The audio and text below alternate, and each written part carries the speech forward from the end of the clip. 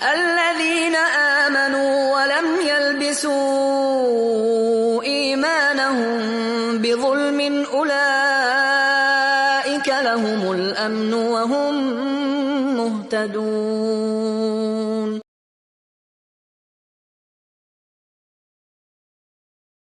السلام علیکم ورحمۃ اللہ وبرکاتہ.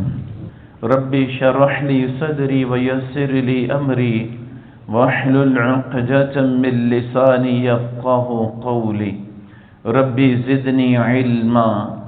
فقال اللہ سبحانہ وتعالی فی القرآن المجید والفرقان الحمید. فاعوذ باللہ السمیع العلیم من الشیطان الرجیم من همزه ونفخه ونفسه. بسم الله الرحمن الرحيم.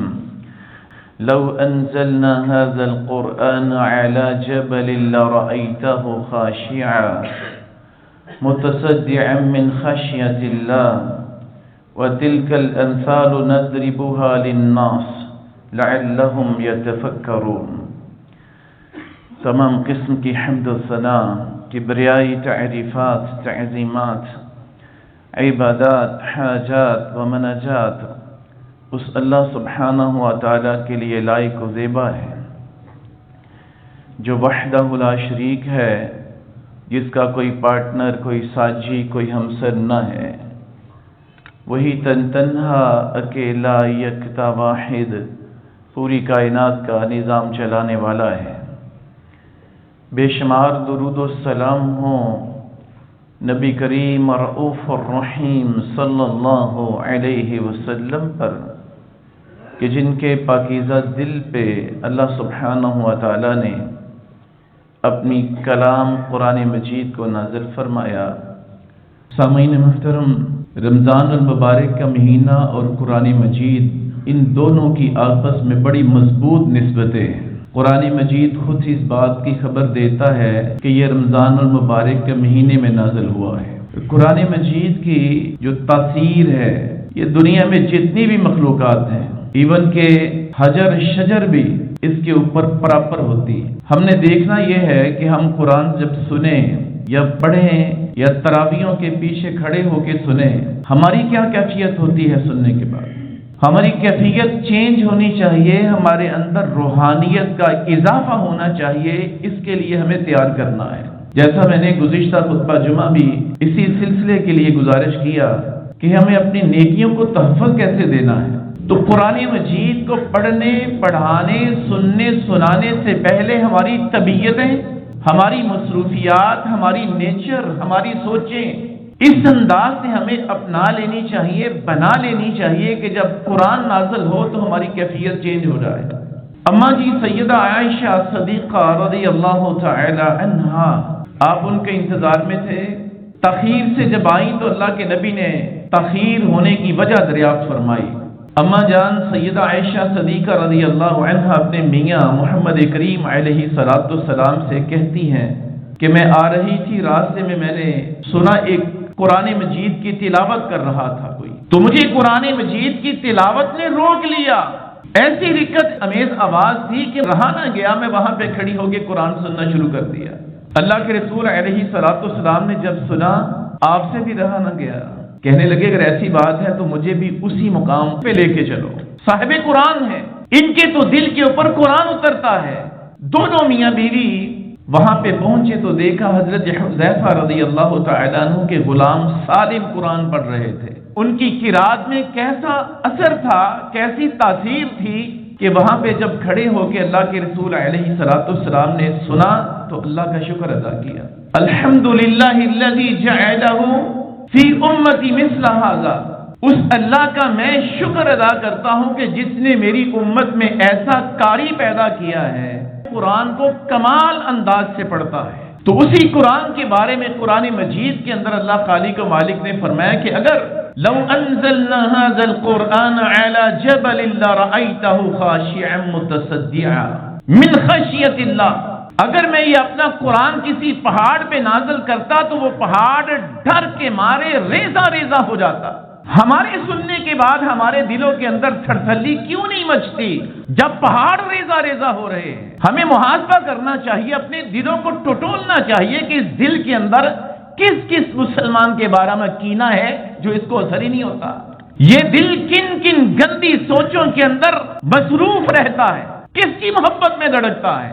اگر صحیح معنوں میں اس دل کے اندر اللہ کا ڈر ہو تو یہ بھی کانپ اٹھے، یہ صاف شفاف ہو، اجلا ہو مسلمانوں کی نفرت کینہ بغض ہے تو یہ بھی کانپ اٹھے۔ اور اللہ خالق و مالک فرماتا ہے وَتِلْكَ الْأَمْثَالُ، میں یہ مثالیں اس لیے بیان کرتا ہوں نَضْرِبُهَا لِلنَّاسِ، تاکہ لوگ سنیں اور دیکھیں، تدبر کریں، ان کے سامنے جب پیش کی جائیں تو پھر وہ کیا کرے؟ اللہ فرماتا ہے لَعَلَّكُمْ يَتَفَكَّرُونَ، ہو سکتا ہے یہ فکر کریں، غور کریں اور اپنے دل کا محاسبہ کر لیں کہ میرے قرآن سننے کے بعد چینجنگ کیوں نہیں آتی۔ نبی کریم صلی اللہ علیہ وسلم کے اخلاق کے بارے میں جب ہماری اماں سیدہ عائشہ رضی اللہ عنہا سے سوال کیا گیا تو انہوں نے جواب میں کہا کان خلقہ القرآن، نبی کریم صلی اللہ علیہ وسلم قرآن مجید کی چلتی پھرتی تصویر تھے۔ اگر ہم چاہتے ہیں کہ قرآن کی تاثیر ہمارے اوپر بھی ہو، ہم بھی جب قرآن سنیں تو آنکھوں سے آنسو جاری ہو جائیں، دل کانپ اٹھے، جسم میں بال کھڑے ہو جائیں، تو پھر ہمیں قرآن مجید کو عملی طور پہ لینا ہوگا، قرآن مجید کے عین مطابق اپنے اخلاق کو مینج کرنا ہوگا، تو پھر اس کی تاثیر ہمارے اوپر ہوگی۔ ہماری اماں بیان کرتی ہے اما تقرأ القرآن قول اللہ عز وجل وَإِنَّكَ لَعَلَى خُلُقٍ عَظِيمٍ، کیا تم لوگوں نے قرآن مجید کا وہ مقام نہیں پڑھا کہ جس میں اللہ سبحانہ و تعالیٰ نے اپنے محبوب کے اخلاق کے بارے میں فرمایا کہ آپ کے اخلاق تو بہت بلند ہیں، آپ کی اخلاقیات بہت چوٹی پہ تھے۔ اللہ سبحانہ و تعالیٰ نے اس کی فضیلت کو ایسے بھی بیان کیا کہ اگر آپ خوش اخلاق نہ ہوتے، قرآن مجید کی عملی تصویر نہ ہوتے، تو آپ کے جو دائیں بائیں آگے پیچھے آپ کے نیئر اباؤٹ جو صحابہ کا رش ہے، ایک بندہ بھی آپ کے پاس نہ آتا۔ اگر رمضان کا چاند نکلنے سے پہلے چونکہ یہ سیزن ہے، ویسے تو ساری زندگی کے لیے ہونا چاہیے، لیکن کم از کم رمضان چونکہ قرآن کا مہینہ ہے اور قرآن کا مہینہ رمضان ہے، ان دونوں کی آپس میں بڑی نسبتیں ہیں، تو ہمیں چاہیے کہ ہم اس سیزن کے آنے سے پہلے اپنے اندر کی کیفیات کو چینج کر لیں۔ اللہ ہمیں توفیق عطا فرمائے۔ تو نبی کریم صلی اللہ علیہ وسلم کی مکمل حیات طیبہ قرآن مجید کے مطابق تھی۔ اللہ کے رسول علیہ السلام عملی تصویر تھے قرآن مجید۔ وَإِذَا سَمِعُوا مَا أُنزِلَ إِلَى الرَّسُولِ تَرَى أَعْيُنُهُمْ تَفِيضُ مِنَ الدَّمْعِ مِمَّا عَرَفُوا مِنَ الْحَقِّ يَقُولُونَ رَبَّنَا آمَنَّا فَاكْتُبْنَا مَعَ الشَّاهِدِينَ۔ اللہ سبحانہ و تعالیٰ قرآن مجید کے اندر فرماتا ہے وَإِذَا سَمِعُوا مَا أُنزِلَ إِلَى الرَّسُولِ، جب وہ سنتے ہیں اس چیز کو جو ہم اپنے رسول کی طرف نازل کرتے ہیں۔ کون؟ مشرکین مکہ، دشمنان اسلام، جو اسلام کو ماننے والے نہیں۔ اللہ فرماتا ہے جب وہ سنتے ہیں اس چیز کو جو ہم اپنے رسول کی طرف نازل کرتے ہیں، تَرَى أَعْيُنُهُمْ تَفِيضُ مِنَ الدَّمْعِ، آپ دیکھتے ہیں کہ ان کی آنکھوں سے آنسو جاری ہو جاتے ہیں۔ قرآن مجید تو دشمنان اسلام کے اوپر بھی تاثیر پیدا کرتا ہے، ہمارے اوپر کیوں نہیں ہوتی؟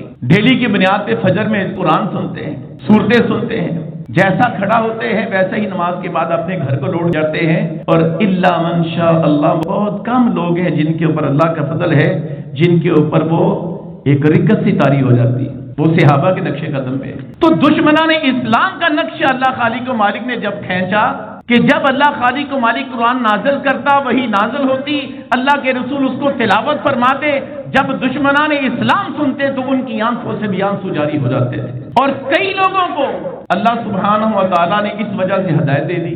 اللہ تعالیٰ ان کے الفاظ کو نقل کرتا ہے مما عرفوا من الحق، ان کے سامنے جب حق واضح ہو جاتا، یقولون ربنا، وہ بول اٹھتے اے رب ہمارے، اے ہمارے پالنہار، اے ہمارے مشکل کشا، اے ہمارے بگڑی بنانے والے، اے عالم الغیب۔ کیا کہتے اللہ خالق و مالک سے؟ آمنا، ہم ایمان لے کے آئے ہیں اس قرآن کے اوپر، فَاكْتُبْنَا مَعَ الشَّاهِدِينَ، لہذا ہمارا بھی شمار، ہمارا اندراج ان لوگوں میں کر لیجئے جو شہادت دینے والے ہیں کہ آپ ایک ہیں، تنہا ہے، یکتا ہے، واحد ہیں۔ ہم گواہی دیتے ہیں محمد رسول اللہ آخری نبی ہے۔ اللہ خالق و مالک نے کیسا پیارا نقشہ کھینچا ہے۔ ہم مسلمان ہونے کے باوجود بھی اپنی زندگیوں کو چینج کرنے کے در پہ نہیں آتے۔ لمحہ فکریہ ہے، ہمیں غور کرنا چاہیے. یا ایھا الناس قد جاءتکم موعظۃ من ربکم وشفاء لما فی الصدور. اے لوگو جو تمہارے پاس نصیحت آئی ہے اللہ کی طرف سے. مجھے آپ کو اللہ تعالیٰ نے مخاطب کیا پوری دنیا کے لوگوں کو. یا ایھا الناس اے دنیا کے لوگوں قد جاءتکم موعظۃ من ربکم جو نصیحت تمہارے پاس تمہارے رب کی طرف سے آئی ہے. وشفاء لما فی الصدور جو تمہارے دلوں کے اندر کوڑ ہے نفرت ہے بغض ہے کینہ ہے تمہارے دلوں کی بیماریوں کے لیے نازل کی ہے. اور دلوں کی شفا چاہتے ہو قرآن مجید کو سنو اور سناؤ اس کے اوپر عمل کرو. واللہ جسمانی بیماریاں بھی دل کی دور ہوتی. ہارٹ کے پیشنٹ زیادہ سے زیادہ قرآن مجید کو سنیں اور کوشش کریں کہ اس کے مطابق اپنی تمام تر مصروفیات کو مینج کر لیں اور اعتقاد رکھیں یقین رکھیں ایمان رکھیں اللہ کے ساتھ اچھا گمان رکھیں کہ اللہ نے قرآن کو ہمارے لیے شفا قرار دیا ہے. دل کے اندر جیسی کیسی بھی بیماریاں ہیں اللہ فرماتا ہے یہ نصیحت یہ قرآن تمہاری بیماریوں کے لیے شفا ہے. وَهُدًى وَرَحْمَةٌ لِّلْمُؤْمِنِينَ سورہ یونس اٹھا کے دیکھ لینا. قرآن مجید کی 4 صفات کو اللہ نے بیان کیا ہے یہاں پہ. نصیحت ہے شفا ہے اور تیسرے نمبر پہ اللہ خالق و مالک نے فرمایا ہدایت ہے اور چوتھے نمبر پہ جو ایمان والے ہیں ان کے لیے رحمت کا منبع ہے. رحمتیں ہی رحمتیں.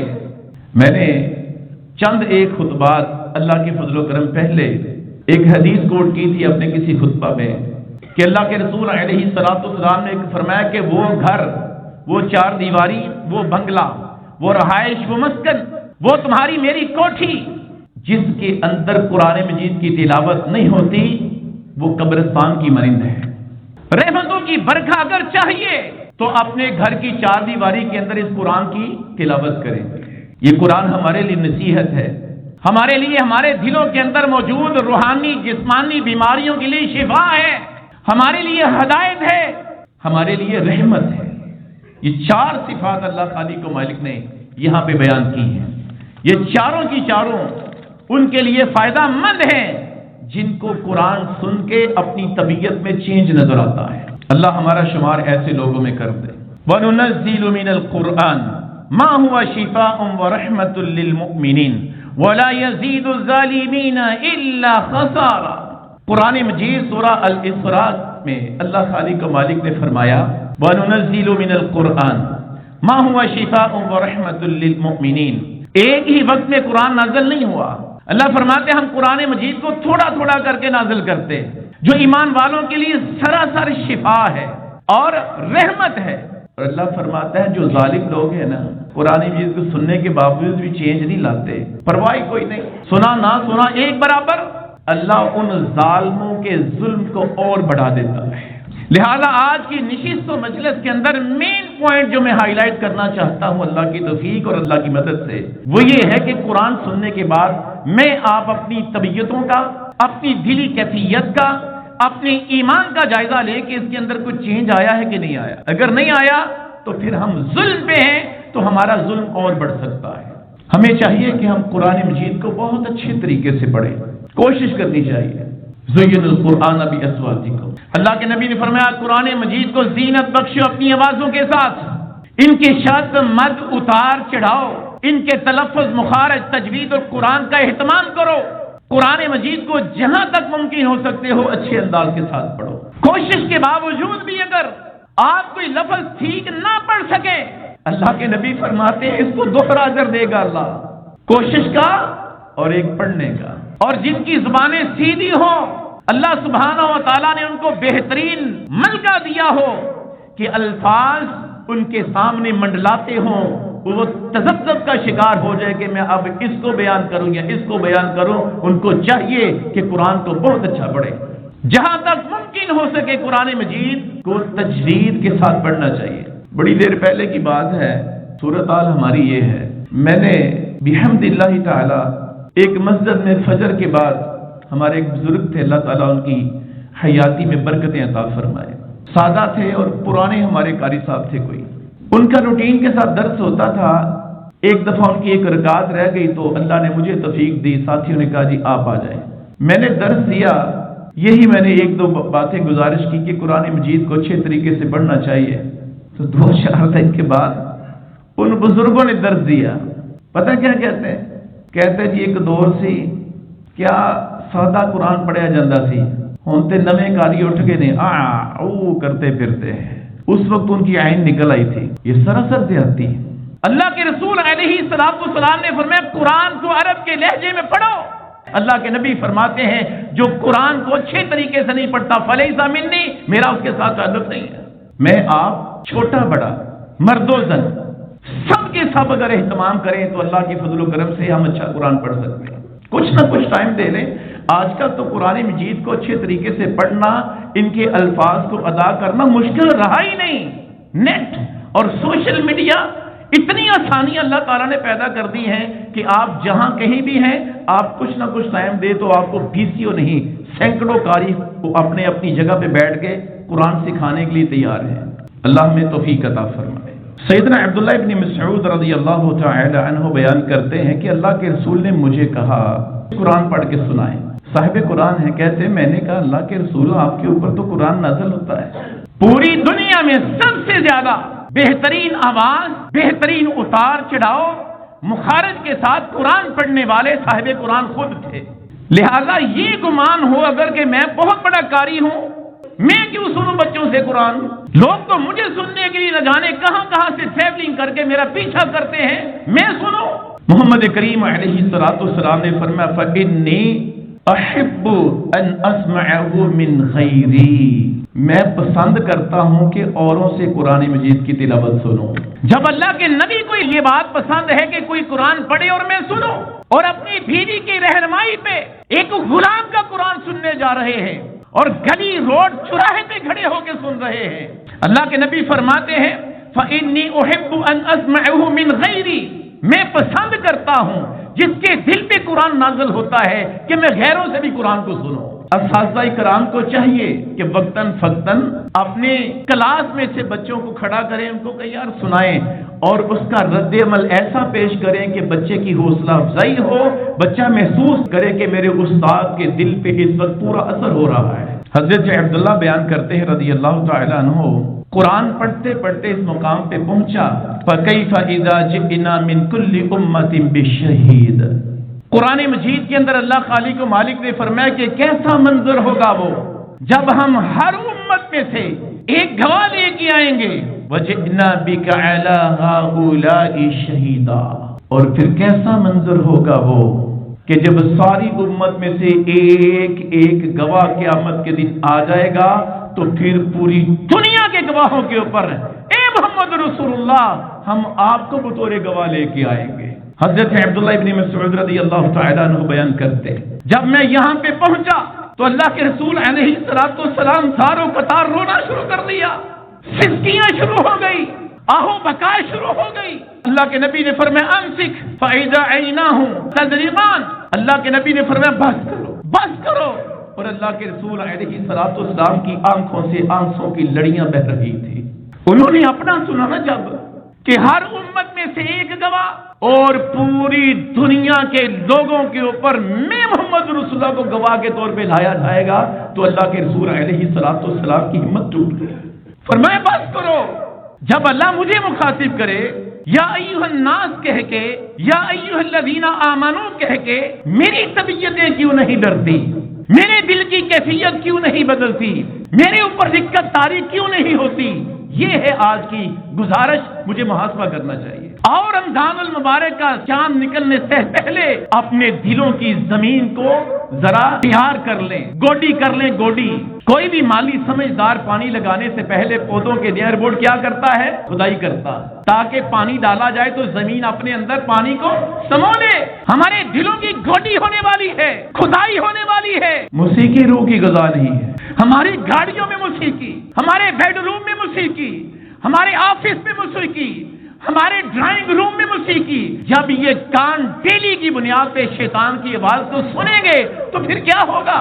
دل کی زمین بنجر ہوگی، کوئی چیز کاش نہیں ہو سکتی، یاد رکھنا۔ موسیقی کو بند کرو، روح کی غذا قرآن مجید کی تلاوت ہے، سنو، زیادہ سے زیادہ سنو، زیادہ سے زیادہ کرو، گوڈی کرو دل کی۔ پھر رمضان میں جب برکھا اترے گی، برکتیں نازل ہوگی، جس کا دل بنجر ہوگا کچھ حاصل نہیں ہوگا، جس کی گوڈی پہلے سے ہو چکی ہوگی، پھر اللہ خالق و مالک کی جب رحمت نازل ہوگی تو دل اپنے اندر سنبھالے گا۔ میں سمجھا پا رہا ہوں بات کو؟ اللہ کی توفیق سے اللہ ہمیں توفیق عطا فرمائے۔ سیدہ عائشہ صدیقہ رضی اللہ تعالی عنہا سے روایت ہے کہ انہوں نے فرمایا، جب سے میں نے ہوش سنبھالا، بیان کرتی ہیں اسی وقت سے میں نے دیکھا کہ میرے والدین نے دین اسلام قبول کر چکے تھے، اور ہم پر کوئی دن ایسا نہیں گزرتا تھا جس دن میں ہمارے ہاں رسول اللہ صلی اللہ علیہ وسلم دن کے دونوں حصوں میں صبح و شام نہ آتے۔ ڈیلی اللہ کے رسول علیہ السلام جاتے۔ پھر سیدنا ابو بکر رضی اللہ تعالیٰ عنہ کے دل میں ایک بات آئی، انہوں نے اپنے گھر کے سامنے ایک کھلی جگہ میں مسجد بنا ڈالی۔ حضرت ابو بکر صدیق رضی اللہ تعالیٰ عنہ نے مسجد جب بنائی جس میں وہ نماز پڑھتے اور قرآن مجید کی تلاوت کرتے تھے، اور اس کے بعد کی کیفیت بتاتے ہوئے انہوں نے بیان کیا، فَيَفِيضُ عَلَيْهِ نِسَاءُ الْمُشْرِكِينَ وَأَبْنَاؤُهُمْ يَجْمَعُونَ مِنْهُ وَيَنْظُرُونَ إِلَيْهِ وَكَانَ أَبُو بَكْرَ رَجُلًا بَكَاءً لَا يَمْلِكُ عَيْنَيْهِ إِذَا قَرَأْنَا الْقُرْآنَ۔ بیان کرتی ہیں کہ جب حضرت ابو بکر صدیق رضی اللہ تعالیٰ عنہ اس مسجد میں قرآن مجید کی تلاوت کرتے، مشرکین کی عورتیں بھی جمع ہو جاتی، بندے بھی جمع ہو جاتے، بچے بھی جمع ہو جاتے، وہاں پہ زحمہ لگ جاتا، رش لگ جاتا۔ مسلمانوں کی بات نہیں، مشرکین کی خواتین ہیں، مشرکین کے بچے بچیاں ہیں، ان کے مرد و زن ہیں، قرآن کو سننا شروع کر دیتے۔ وہ صحابی حضرت ابوبکر صدیق کی قرآن مجید کی تلاوت کرنا مشرکین مکہ کے لیے عذاب بن گیا تھا ان کی نگاہوں میں۔ ان کے وڈیرے، ان کے بڑے آزمائش کے اندر مبتلا ہو جاتے تھے کہ کیسے ہم ان کو کنٹرول کریں، بیویوں کو، بچوں کو، بڑوں کو۔ اور کہتی ہیں کہ حضرت ابو بکر رضی اللہ تعالی عنہ ایسے نرم دل ہمارے ابا جان تھے، انسان تھے کہ جب قرآن پڑھتے تو ان سے رہا نہ جاتا، رونا شروع کر دیتے۔ آج جہالت کا عالم یہ ہے کہ بدقسمتی سے، اگر یہاں کی بات نہیں کر رہا، بڑی ساری ایسی چیزیں سامنے آئی ہیں، لوگ قاریوں کے تلاوت کے دوران رونے کے اوپر فتوے جاری کرتے۔ وہاں پہ حضرت عائشہ بیان کرتی ہیں کہ ابا جان جب بھی قرآن پڑھتے رونا شروع کر دیتے، اور ان کے قرآن کی تلاوت کے اندر ایسا درد ہوتا، ایسی تاثیر اللہ پیدا کر دیتا کہ مشرکین کی عورتیں، بچے بچیاں سنبھالے نہیں جاتے تھے، وہ بھی رونا شروع کر دیتے تھے۔ کچھ عرصہ پہلے میں نے یوں ہی ڈیزائن تھا، اس کے اوپر کوئی اذان دیتے ہوئے ایک بچے کی تصویر تھی، اور اذان کی آواز کی کچھ تعریف کے چند کلمات لکھے ہوئے تھے۔ میں نے جب اس کو پلے کیا، شاید امریکہ میں یا کون سی کنٹری میں پورے یعنی 1 سال کے بعد پوری دنیا سے ٹیلنٹ اکٹھا کیا جاتا ہے ہر شعبے کے اندر، تو غالباً مغرب کا بچہ تھا یا وہ انڈونیشیا کا تھا، وہ بچہ اپنے ٹیلنٹ کو لے کے آیا ہوا تھا اذان کے حوالے سے۔ واللہ اگر آپ ریسرچ کر کے دیکھیں، جب اس بچے نے اذان کو شروع کیا، لاکھوں کا مجمع، لاکھوں کا بلا مبالغہ، ایک بھی آنکھ ایسی نہیں ہوگی کہ جس کی آنکھوں میں آنسو نہ آئے ہوں، صرف اذان سن کے پوری دنیا کو ہلا کے رکھ دیا۔ پھر ٹرینڈ بن چکا ہے انڈیا کے اندر، مختلف ممالک کے اندر، وہ عجیب و غریب قسم کے پروگراموں کے اوپر کبھی کسی قرآن کے قاری کو بلا رہے ہیں، کسی کو بلا رہے ہیں، کبھی کسی مؤذن کو بلا رہے ہیں۔ پھر یقین مانے دنیا جہان کی بدزبان ایکٹر خواتین بھی روتی ہوئی دکھائی دیتی قرآن سننے کے بعد۔ ہماری آنکھوں میں آنسو کیوں نہیں آتے؟ مسلمان ہونے کے باوجود گوٹی کریں، دل کی گھوٹی کریں، بنجر ہو چکی ہمارے دل کی زمینیں، محاسبہ کریں، ٹٹولیں اس کو۔ جس دل کے اندر اپنے مسلمان بہن بھائیوں کے لیے، رشتہ داروں کے لیے، ننیال ددیال سسرال کے لیے، اوس پڑوس والوں کے لیے، ایون کہ جن کے ساتھ قدم ملا کے، کندھے کے ساتھ کندھا ملا کے نمازیں پڑھتے ہیں، ان کی نفرت، گند، کینہ، بغض ہمارے دلوں میں جب تک رہے گا تب تک ہمارے دل کی گوڈی نہیں ہو سکتی۔ جتنی ماں خواہ مرضی کھاد ڈالو، پانی ڈالو، اچھے سے اچھا، ہمارے دل کے اندر بہار نہیں آ سکتی۔ اللہ سے دعا ہے کہ اللہ سبحانہ و تعالی ہمیں اس بات کو سمجھنے کی توفیق عطا فرمائے۔ حضرت عبداللہ بن شداد رحمت اللہ علیہ بیان کرتے ہیں کہ میں نے سیدنا عمر کی سینہ سے رونے کی آواز اس طرح سنی جبکہ میں کس صف میں تھا؟ سب سے آخری صف میں گیا تھا۔ یہ تابعی ہے۔ حضرت عمر رضی اللہ تعالی عنہ جو ویسے بڑے سخت جان فیمس تھے، آج بھی ہیں، معروف ہے اس حوالے سے کہ اسلام لانے کے بعد تلوار اٹھائی ہے، کہا جس نے اپنی خواتین کو بیوہ کروانا ہے، بچوں کو یتیم کروانا ہے، وہ آئے اور ہمیں سریعام نماز پڑھنے سے روک کے دیکھے۔ وہ جب قرآن پڑھتے ہیں تابعی بیان کرتے ہیں کہ میں آخری صف میں تھا، لیکن قرآن مجید کی تلاوت جب حضرت عمر نے کی تو میں نے اس طرح سنی کہ جس طرح کوئی ہنڈیا ابلنے کی آواز ہوتی ہے۔ لگاؤ فتویٰ سیدنا عمر کے اوپر، لگاؤ فتویٰ حضرت ابوبکر صدیق کے اوپر، لگاؤ فتویٰ حضرت عبداللہ ابن مسعود کے اوپر، لگاؤ فتویٰ خود محمد رسول اللہ کے اوپر۔ اللہ ہمیں نالج عطا فرما دے، اللہ ہمیں ہدایت عطا فرمائے۔ بغیر علم کے اپنی زبانوں کو دراز کرنا یہ جہالت ہے، اللہ ہمارا شمار ایسے لوگوں میں نہ کرے۔ سیدنا برا بن عازب رضی اللہ تعالیٰ عنہ بیان کرتے ہیں کہ ایک آدمی اپنے گھر میں سورہ کہف پڑھے گے انشاءاللہ آج اللہ کی فضل سے۔ کچھ تو ایسے خوش قسمت ہے جنہوں نے پڑھ لی ہوگی، اللہ قبول فرمائے۔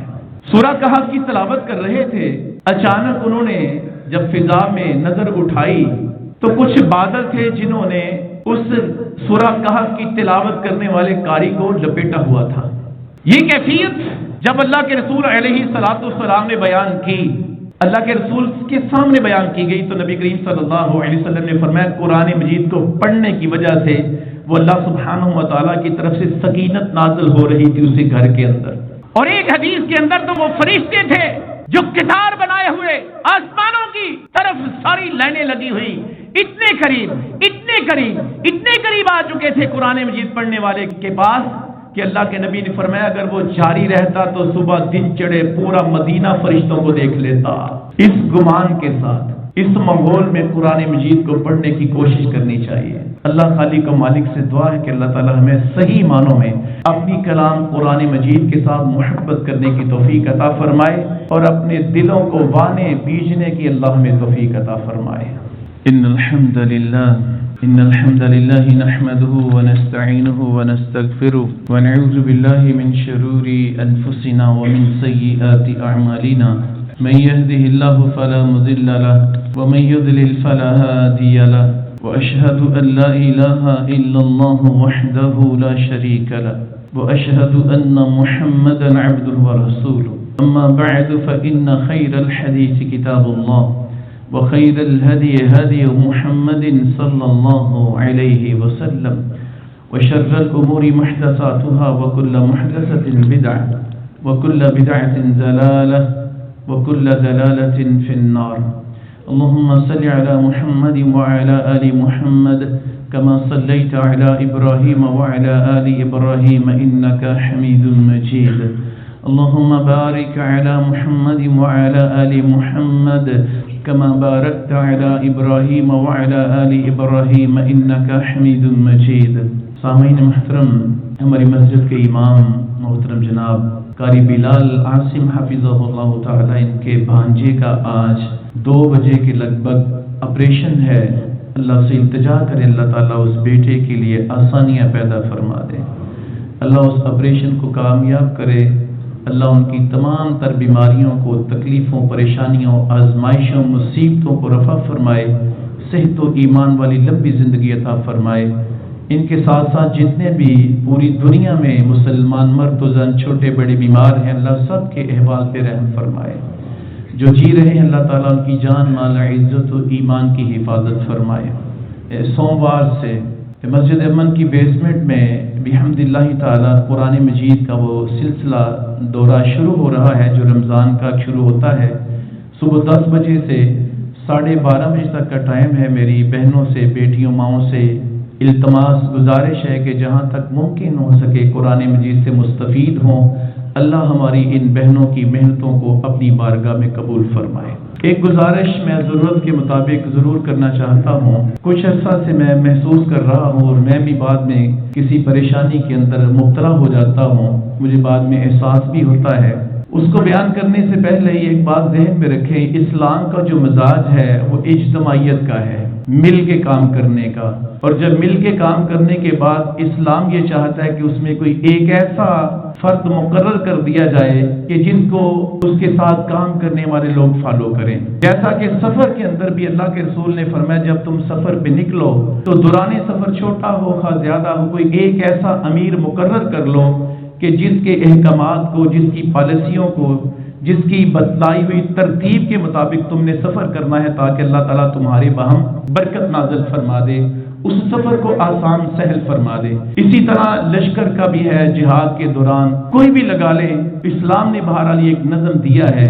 تو میں جو گزارش کرنا چاہتا ہوں وہ یہ ہے کہ آپ کا معاملہ جس کسی بھی مسجد کے ساتھ ہو، آپ نے خود مسجد بنائی ہو، بنوائی ہو، یا کسی مسجد کے آپ باڈی کا حصہ ہوں، تو اس مسجد کے جو مین، جس کو ہم آج صدر کہتے ہیں، جن کی طرف سے فیصلہ کیا جاتا ہے کسی بھی معاملہ میں، اس کی بات کو بہرحال اسلام اس بات کا اللہ اور اس کے رسول تقاضا کرتے ہیں کہ تب تک فالو کیا جائے تب جب تک وہ کتاب و سنت کے مخالف کوئی بات نہ کرے۔ تو اس نظام کو چلانے کے لیے، مسجد کو بہتر کرنے کے لیے، اس کی بہترین آبادی کے لیے، نظم و ضبط کے لیے، کسی بھی قسم کے اختلاف اور شیطانی داؤ بیٹ سے بچنے کے لیے ہمیں چاہیے کہ ہم مسجد امن، اپنی اس مسجد کے جتنے بھی معاملات ہیں، اگر وہ کوئی اعلان ہے بالخصوص کسی پروگرام کا، یا کوئی ایسا معاملہ ہے، یا کوئی درس کا معاملہ ہے، یا کوئی بھی کسی قسم کا معاملہ ہے، میں آج ٹو دی پوائنٹ گزارش کرنا چاہتا ہوں کہ میں کسی شخصیت کو نہیں دیکھوں گا جب تک شیخ عبدالحمید صاحب حافظ اللہ تعالیٰ زندہ ہیں، اللہ تعالیٰ ان کی زندگی میں برکت عطا فرمائے، اللہ خالق و مالک ان کو لمبی زندگی عطا فرمائے، جب تک یہ موجود ہیں اور یہ نظم و ضبط موجود ہے اور اس کا ان کے پاس اختیار ہے، وہ اختیار وہی استعمال کریں۔ مجھ سے اگر کوئی کام کروانا چاہتا ہے تو میں گزارش کروں گا کہ مجھے ان کی طرف سے پرچی پہ سائن لے دیے جائیں، یا ان کا میسج کروا دیا جائے، یا یہاں پہ وہ بیٹھے ہیں تو ان کا اشارہ کروا دیا جائے، تاکہ اللہ سبحانہ و تعالی ہمیں ہر قسم کی فتنے فساد سے محفوظ کر لے۔ اللہ سے دعا ہے اللہ خالق و مالک ہم سب کو نظم و ضبط کو ٹھیک معنوں میں سمجھ کر اس کے مطابق اپنے آپ کو چلانے کی توفیق عطا فرمائے، آمین یا رب العالمین۔ وما توفيقي إلا بالله عليه توكلت وإليه أنيب۔